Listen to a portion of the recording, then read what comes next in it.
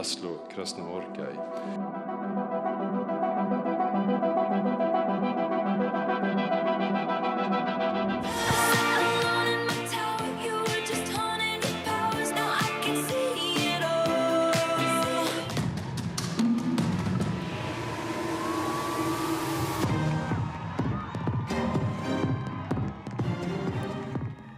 Le prix Nobel de littérature attribué au Hongrois Laszlo Krasnaorkai, Taylor Swift, la chanteuse de tous les records et les coulisses d'un grand défilé de mode. C'est le programme éclectique de ce nouveau numéro de À l'affiche. Bienvenue à tous.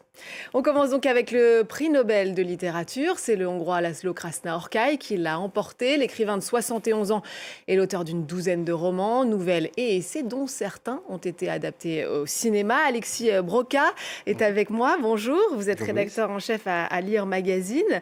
Alors je le disais, Laszlo Krasnaorkai est un écrivain de renom. Il est connu dans le monde anglo-saxon. Il a notamment obtenu l'International Booker Prize en 2015. Il est peut-être un petit peu moins connu ici chez nous en France. Parlez-nous peut-être d'abord de son univers, son style, son écriture. Alors, son style, il est immédiatement reconnaissable. C'est un style symphonique, marqué par de très longues phrases, souvent assez complexes. On parle de phrases-paragraphes. Voilà, des phrases-paragraphes. Ça peut être des phrases-livres. Il y a certains livres courts qui ne sont composés que d'une seule phrase. Et c'est un style qui est très riche, qui peut accueillir à la fois des pensées très sophistiquées et aussi de l'oralité. Et il sert souvent à mettre surtout dans les premiers romans, à mettre en scène des mondes qui sont en pleine déchéance. Si on prend l'univers de Tango de Satan, c'est un petit village qui est près d'une coopérative agricole qui ne fonctionne plus, où se débattent des personnages qui n'attendent pas d'ailleurs, qui sont coincés là par leur propre inertie et qui se perdent en petites magouilles, en tromperies, en ivresse, et puis qui entendent la rumeur comme quoi ces deux personnages qui auraient disparu devraient revenir bientôt. On les croyait morts et ils vont revenir. Et l'un s'appelle Jérémias, il a le nom d'un prophète. Et ce n'est pas par hasard. Voilà. Alors oui, c'est des univers qu'on dit souvent assez sombres. Quels sont les auteurs qui l'influencent ? Alors, il y a beaucoup d'influences assez diverses. On peut penser à Kafka pour l'espèce de menace existentielle qui pèse sur ces univers. On peut songer aussi à Beckett, simplement parce que ces univers, comme celui de Tango de Satan, par exemple, sont pas situés, suspendus, et où les personnages s'épuisent en dialogue qui épuisent aussi en quelque sorte le sens des dialogues. Et puis il y a aussi une influence melvillienne. Herman Melville, l'auteur de Moby Dick, dans Mélancolie de la Résistance, par exemple, on trouve une ville dans laquelle s'est installé un cirque, et le clou de la grande attraction de ce cirque, c'est une baleine géante et pourrissante. Et puis dans Petits travaux pour un palais aussi, il y a un personnage de bibliothécaire qui s'appelle Herman Melville sans œuvre, qui fétichise les livres. Donc là, voilà, l'influence le clin d'œil est déclaré. Voilà. Alors Laszlo Krasnaorkai a été récompensé pour, je cite, son œuvre fascinante et visionnaire qui, au milieu d'une terreur apocalyptique, réaffirme le pouvoir de l'art. On va tout de suite écouter l'un des membres du comité Nobel. Personnellement, je lis ces romans depuis longtemps, depuis qu'ils ont commencé à être traduits en anglais. Les œuvres que j'ai mentionnées, le Tango de Satan et la Mélancolie de la Résistance, sont vraiment superbes, je dirais.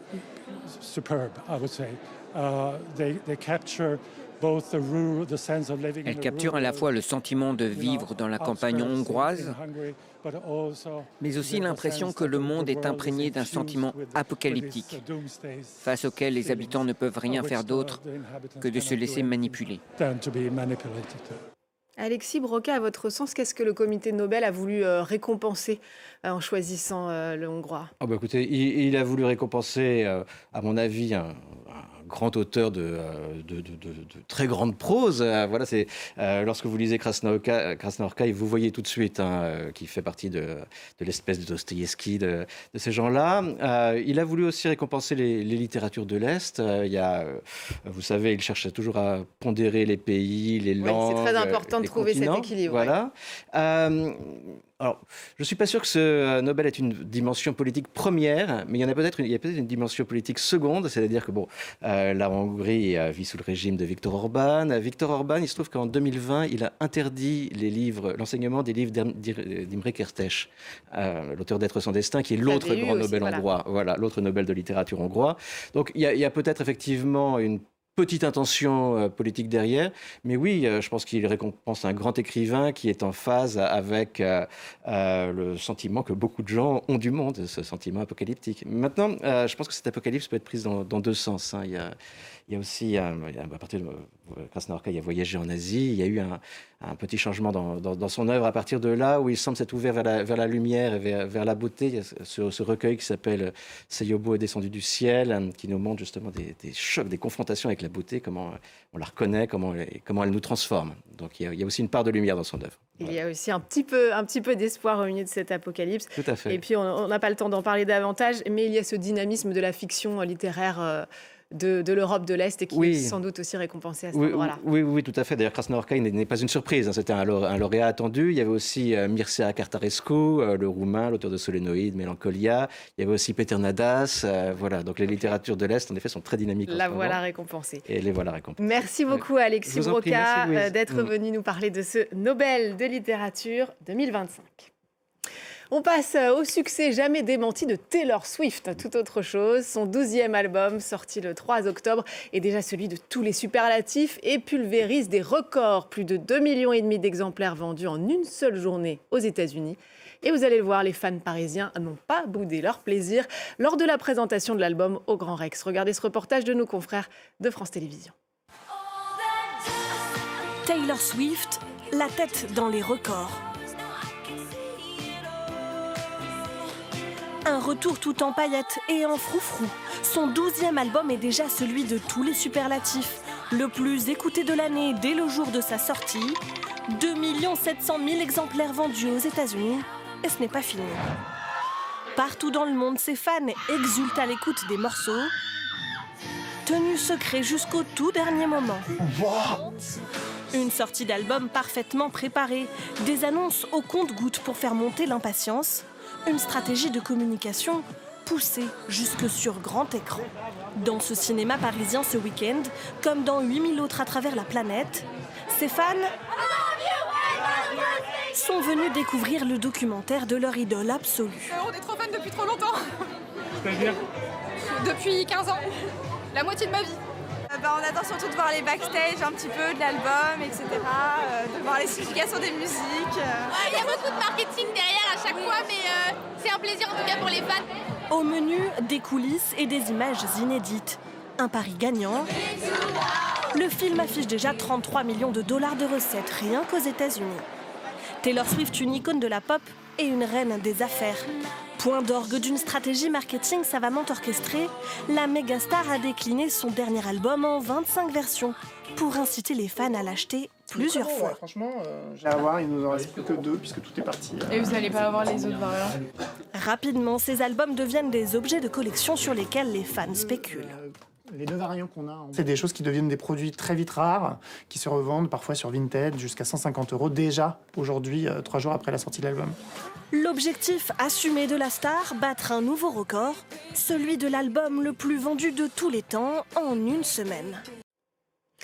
Et puis alors que la semaine de la mode s'est terminée il y a quelques jours, on vous emmène dans les coulisses d'un défilé, celui de la marque de cosmétiques L'Oréal, qui s'est tenu sur le parvis de l'Hôtel de Ville en plein centre de la capitale et une fois n'est pas coutume, était ouvert à tous. Stella Elgersma y était pour nous. Que se passe-t-il derrière un défilé de mode? Aujourd'hui, je vous amène avec moi dans les coulisses d'un grand défilé qui marque le début de la Fashion Week à Paris. C'est celui de la marque française L'Oréal. Et les choix du lieu n'est pas anodin. C'est l'Hôtel de Ville, au cœur de Paris, qui est depuis longtemps le symbole des mouvements sociaux, féministes et des luttes du 19e siècle pour l'égalité salariale. Mais comment est-ce que fonctionne réellement un défilé de mode? Voici l'immense espace maquillage et coiffure. Tout le monde arrive très en avance pour se préparer. Il y a des lumières, des caméras, des miroirs, des produits de beauté partout. Mais comment se sentent les ambassadrices juste avant le défilé? On va leur demander directement. Bonjour Marie, comment ça va? Bonjour, ça va bien pour le moment. Je sais pas si on peut vraiment être prêt. J'ai l'impression que malgré l'expérience, c'est toujours un moment qui est un petit peu stressant. Et la dernière phrase que je me disais quand j'étais sur les skis, c'était de me faire plaisir. Et du coup, je crois que c'est ce que je me dis aussi. Et c'est ce qu'on nous demande sur ce défilé aussi, c'est de laisser aussi sortir un peu notre joie et puis de profiter du moment. Donc c'est un petit peu ces dernières consignes que je me dis. Ouais. Qu'est-ce que ça signifie pour toi de défiler ce soir pour L'Oréal Paris en tant qu'ambassadrice? C'est toujours une immense fierté en fait de faire partie de cette famille L'Oréal qui est diverse, qui représente la femme et surtout qui représente le pouvoir de la femme et le faire aujourd'hui sur le parvis de l'Hôtel de Ville qui est quand même un haut lieu des libertés du peuple français. Donc, ça a beaucoup de sens. Ce que je trouve magnifique, c'est qu'il y a des femmes de tout âge et des femmes qui réussissent, et pas forcément dans une carrière, mais qui ont un parcours de vie qui est inspirant. Et ça, c'est quelque chose qui est hyper inspirant. D'autant plus pour moi qui viens d'arrêter ma carrière sportive et du coup te dire en fait tu peux aussi exister différemment et tout au long de ta vie en étant quelqu'un d'inspirant. Les défilés commencent. Cette performance est ouverte à tous, diffusée sur des écrans géants et partagée dans le monde entier sur les réseaux sociaux. Sur les podiums, Kendall Jenner, Eva Longoria, Viola Davis, Rebecca Armstrong, Andy McDowell, une performance de la chanteuse canadienne Charlotte Cardin et une autre de la brésilienne Anitta, en groupe de danseurs ainsi que de nombreuses autres icônes féminines qui incarnent l'indépendance des femmes, célèbrent la confiance en soi et la sororité. Et parmi les looks les plus marquants, Cara Delevingne, Jane Fonda, Bébé Vio et beaucoup d'autres. Un défilé puissant, une célébration des femmes et un rappel que la beauté et la confiance sont pour nous tous. Et c'est la fin de cette émission. Merci à tous de nous avoir suivis. N'oubliez pas de nous retrouver sur france24.com ainsi que sur tous nos réseaux sociaux. On se quitte avec des images du documentaire One to One, John et Yoko, une plongée inédite dans l'intimité et l'engagement intellectuel du couple que formait l'ancien Beatles et sa compagne artiste. Je vous laisse découvrir et vous dis à très vite.